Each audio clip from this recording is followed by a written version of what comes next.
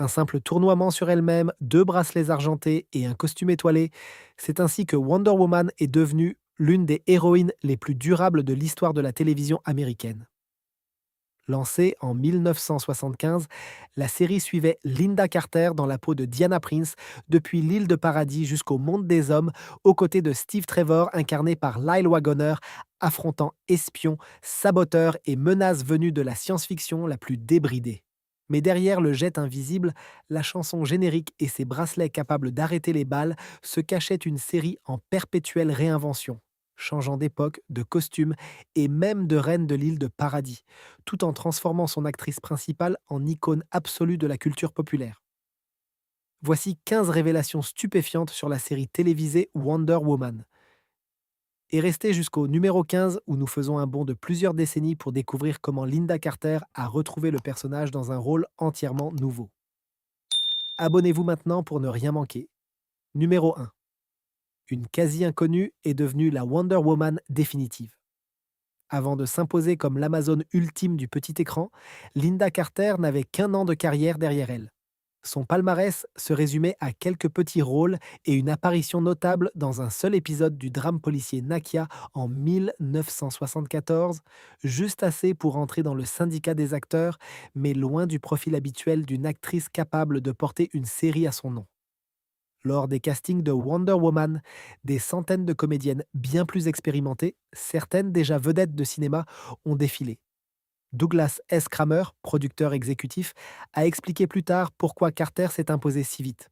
Elle ne ressemblait pas simplement à Wonder Woman, elle était Wonder Woman. Devant la caméra, elle dégageait une assurance tranquille, une autorité naturelle et une chaleur humaine qui rendait le fait de tournoyer sur soi-même pour changer de tenue non seulement crédible mais profondément puissant. Son essai caméra aurait impressionné le réseau presque immédiatement. En l'espace d'une saison, elle est passée de l'anonymat à l'état d'icône culturelle, prouvant que ce n'est pas la longueur d'un CV qui compte, mais la capacité à porter un diadème et à faire croire au monde entier. Numéro 2. Avant Carter, il y avait eu une Diana Prince radicalement différente. Linda Carter n'était pas la première Wonder Woman en chair et en os des années 1970. En 1974, ABC avait testé le concept avec un téléfilm mettant en scène Kathy Lee Crosby dans le rôle de Diana Prince. Et le résultat n'avait presque rien à voir avec le personnage que les fans connaissaient. Cette version ne portait ni diadème ni lasso magique et ne possédait aucun pouvoir surhumain.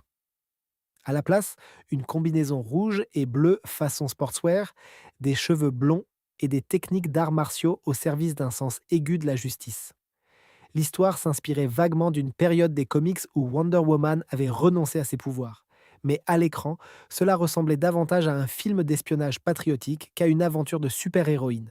Les audiences en scène étaient respectables, sans plus. Le public n'avait ni rejeté ni adopté cette Diana dépourvue de pouvoir. ABC avait pris note. Un an plus tard, tout était remis à zéro. Nouvelle actrice, pouvoir restauré, costume traditionnel et un ton bien plus fidèle aux matériaux sources. Cette fois, il se souvenait qu'elle était censée être une super-héroïne. Numéro 3. La série a changé de réseau et fait un bond de 30 ans dans le temps. La première saison de Wonder Woman ancrait Diana dans les années 1940, affrontant des nazis, déjouant des agents de l'Axe et pilotant un jet invisible dans un contexte de Seconde Guerre mondiale. Les audiences étaient correctes, mais ABC rechignait à financer semaine après semaine la reconstitution d'une époque aussi coûteuse à avions d'époque, uniformes militaires, décors historiques. Le réseau a fini par jeter l'éponge.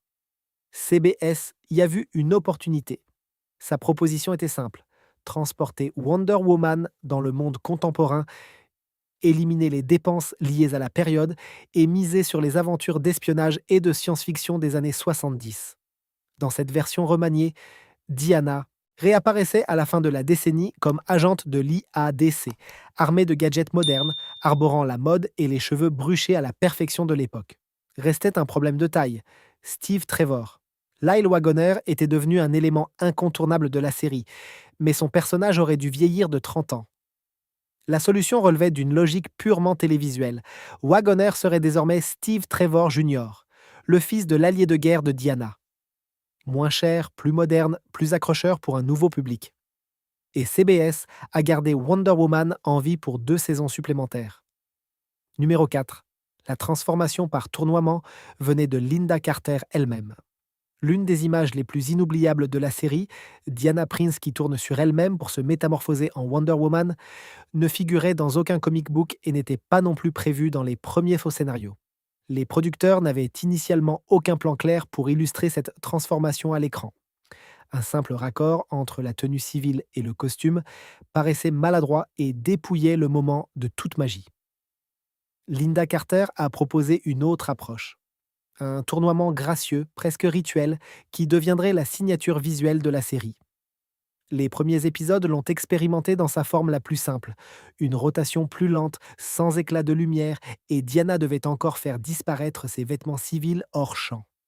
Au fil du temps, la production a amplifié le fantasme.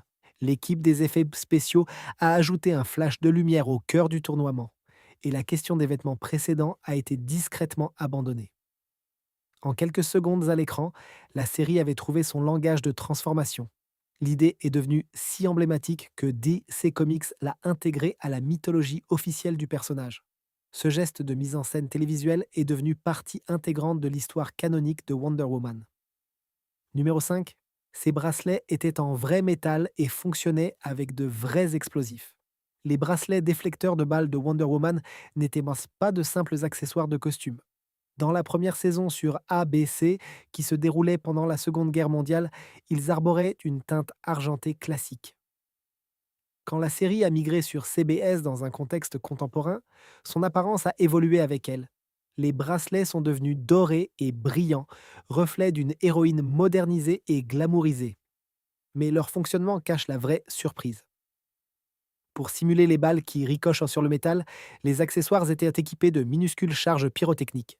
Carter les déclenchait via un dispositif télécommandé dissimulé dans sa paume, synchronisant ses mouvements de façon à ce que chaque blocage bras croisé coïncide avec une gerbe d'étincelles.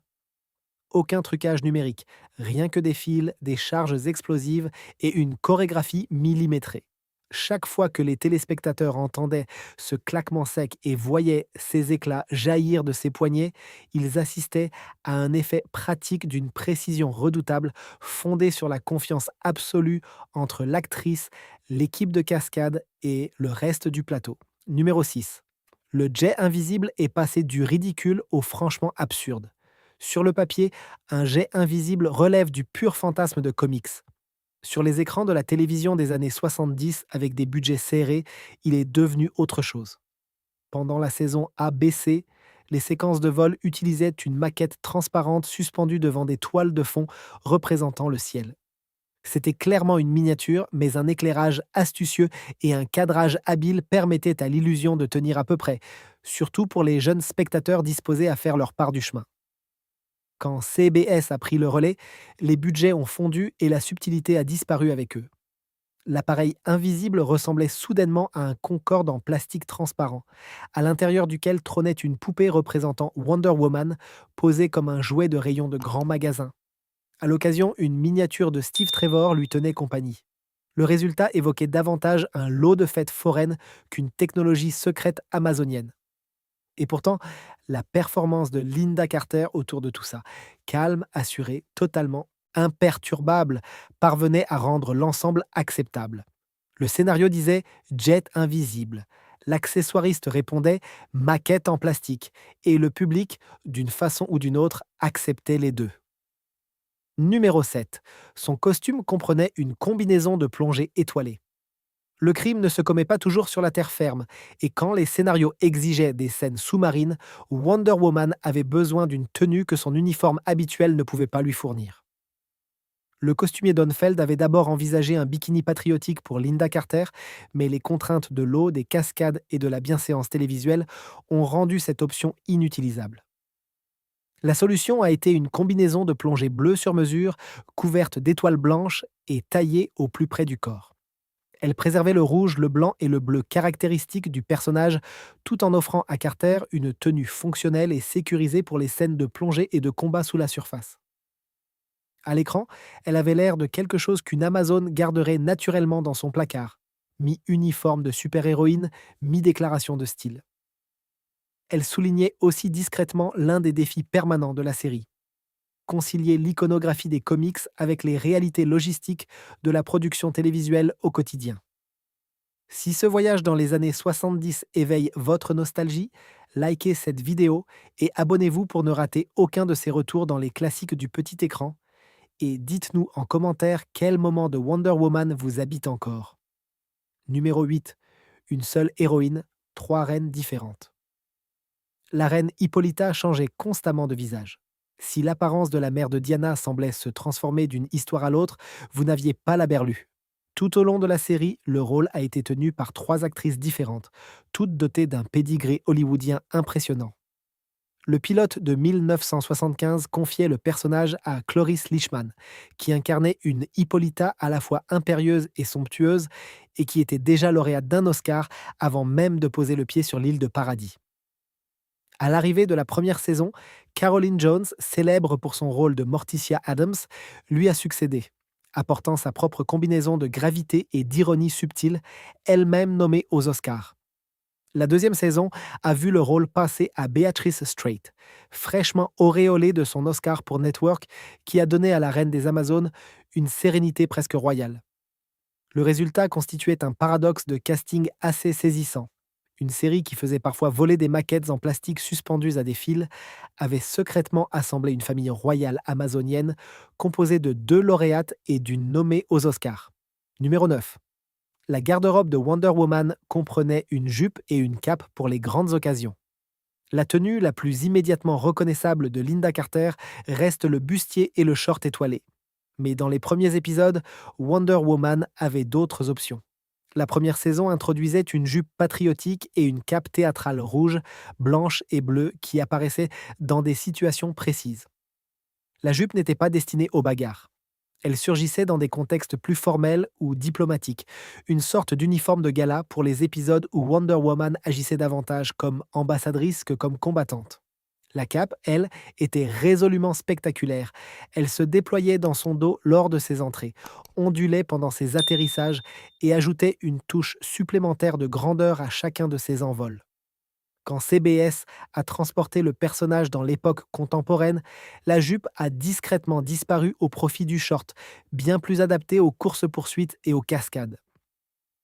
La cape a survécu, utilisée avec plus de parcimonie et remplissait une fonction pratique au-delà du pur spectacle. Elle permettait de dissimuler les doublures et les harnais lors des séquences complexes, tout en restant cohérente avec l'univers du personnage. Numéro 10. Derrière les combats se cachait une artiste qui savait exactement comment bouger. Carter s'appuyait sur les cascadeuses Ginny Epper et Kim René pour les séquences les plus dangereuses de la série, mais elle tenait à assurer elle-même une part aussi large que possible des performances physiques. Sa formation en ballet lui avait forgé un sens du contrôle et de l'élégance qui a profondément marqué la façon dont Wonder Woman se déplace. Les scènes de combat portaient souvent une empreinte chorégraphique. Des coups de pied et des poings qui s'enchaînaient comme des pas de danse, des sauts qui se posaient avec une précision pointue plutôt qu'avec une brutalité brute. Elle enjambait les obstacles, pivotait dans ses frappes et transformait ce qui aurait pu être un combat télévisuel rigide en quelque chose de fluide et d'organique. Sa volonté de repousser ses limites a trouvé son expression la plus saisissante dans la deuxième saison, avec une cascade impliquant un hélicoptère.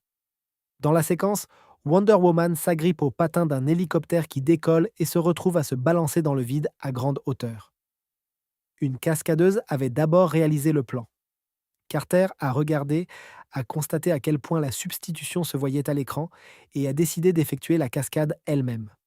Sans filin de sécurité visibles à ses poignets, sans filet en dessous, elle a saisi le patin au moment où l'appareil s'élevait et a laissé la caméra capter le danger réel. La prise était si convaincante qu'elle est devenue un élément permanent du générique d'ouverture. Ce n'est que plus tard que le studio a pleinement réalisé le risque que leur actrice principale avait couru en se suspendant à un hélicoptère au-dessus d'un canyon. Numéro 11. Le thème musical a été écrit en une nuit et n'a cessé d'évoluer. Ce générique éclatant, avec ses paroles évoquant les collants satinés et le combat pour ses droits, a été composé en un temps remarquablement court. Le compositeur Charles Fox et le parolier Norman Gimbel l'ont assemblé en moins de 48 heures en calant ce travail entre d'autres engagements. Ils ont réussi à capturer l'essence du personnage en quelques phrases percutantes et une mélodie qui sonnait comme un hymne patriotique fusionné avec la pop des années 70. Le chanteur John Billor assurait les voix principales, entouré de Marty McCall, Caroline Willis et Julia Waters. À mesure que la série évoluait, la musique évoluait avec elle. La saison ABC, ancrée dans la Seconde Guerre mondiale, s'appuyait sur des références à l'époque guerrière dans les paroles. Quand l'histoire a basculé dans les années 70 sur CBS, ces lignes ont été supprimées. À mi-chemin de la deuxième saison, la voix de Billor a été remplacée par une version dominée par les synthétiseurs, reflet des nouvelles tendances dans la musique de séries télévisées. En troisième saison, Billor est revenu en voix solo, avec Johnny Harris aux arrangements et sans chœur d'accompagnement. En dehors de la série, le thème a continué à voyager. En 1978, le Wonderland Disco Band en a livré une réinterprétation disco, preuve que, à cette époque, transformer n'importe quoi en musique de dance floor relevait presque d'une obligation de genre. Numéro 12, Wonder Woman avait une petite sœur incarnée par une future prétendante aux Oscars. Dans la première saison, 3 épisodes ont introduit Drusilla, la jeune sœur de Diana, connue du public sous le nom de Wonder Girl. Le rôle a été confié à une Debra Winger, encore peu connue, tout juste sortie de ses débuts au cinéma dans Slumber Party 57. Dans Le mystère du féminium en 2 parties et Wonder Woman à Hollywood, Winger endossait son propre costume étoilé, son lasso et son diadème. Le personnage était sincère et légèrement désorienté, comme une adolescente de l'île de Paradis lâchée dans un monde pour lequel elle n'avait pas été entièrement préparée. L'exposition a aidé à faire connaître Winger, mais elle aurait déclaré détester l'idée d'être associée à ce rôle et a décliné les discussions autour d'une série dérivée centrée sur Wonder Girl. Elle craignait de se retrouver enfermée dans le territoire de la sidekick de comics au tout début de sa carrière. Son instinct s'est avéré juste. En quelques années, elle avait bifurqué vers des performances saluées par la critique dans des films comme Un officier et un gentleman, Tendres Passions et Shadowlands, troquant l'entraînement amazonien contre des nominations aux Oscars. Numéro 13. En dehors des plateaux, Linda Carter était une chanteuse professionnelle avec une vraie carrière musicale. Dans la série, Diana Prince n'avait que rarement l'occasion de chanter. En dehors des caméras, Linda Carter avait déjà commencé à bâtir un parcours musical sérieux qu'elle a continué à développer. Au lycée, elle avait dirigé un groupe appelé The Relatives, dont le batteur n'était autre que Gary Burghoff, futur radar dans la série MASH. Elle avait ensuite tourné avec un groupe nommé The Garfin Gathering avant de décrocher le rôle de Wonder Woman. En 1978, en plein milieu de son règne comme super-héroïne la plus célèbre du petit écran, elle sortait son premier album solo, Portrait.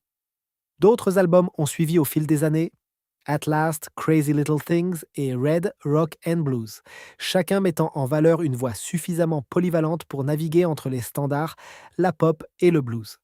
Des émissions spéciales télévisées comme Linda Carter Celebration en 1981 lui ont permis de combiner chant et performances de variété, et ce programme particulier lui a valu un Emmy Award. Des décennies plus tard, elle a prêté sa voix et composé des chansons originales pour le jeu vidéo Fallout 4, et a même foulé les planches du West End londonien dans Chicago. Pour beaucoup de téléspectateurs, elle restera pour toujours la femme qui arrêtait les balles avec ses bracelets. Dans le monde plus large du spectacle, elle était aussi une musicienne professionnelle capable de tenir une scène sans costume. Numéro 14. La série testait discrètement une nouvelle direction dans ses derniers épisodes. À la fin de la 3e saison, l'équipe créative expérimentait une nouvelle formule. Plutôt que de conclure les intrigues avec un véritable au revoir, les épisodes finaux servaient à lancer des changements qui auraient pu constituer l'ossature d'une 4e saison remaniée. Dans L'homme qui ne pouvait pas mourir, Diana s'installait à Los Angeles et répondait à un nouveau supérieur de l'IADC, Dale Hawthorne, interprété par John Doren.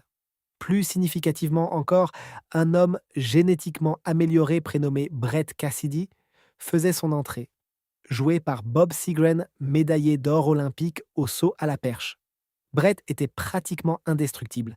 Les balles rebondissaient sur lui et ses capacités semblaient conçues pour compléter celles de Wonder Woman, le positionnant comme un partenaire potentiel ou un coprotagoniste.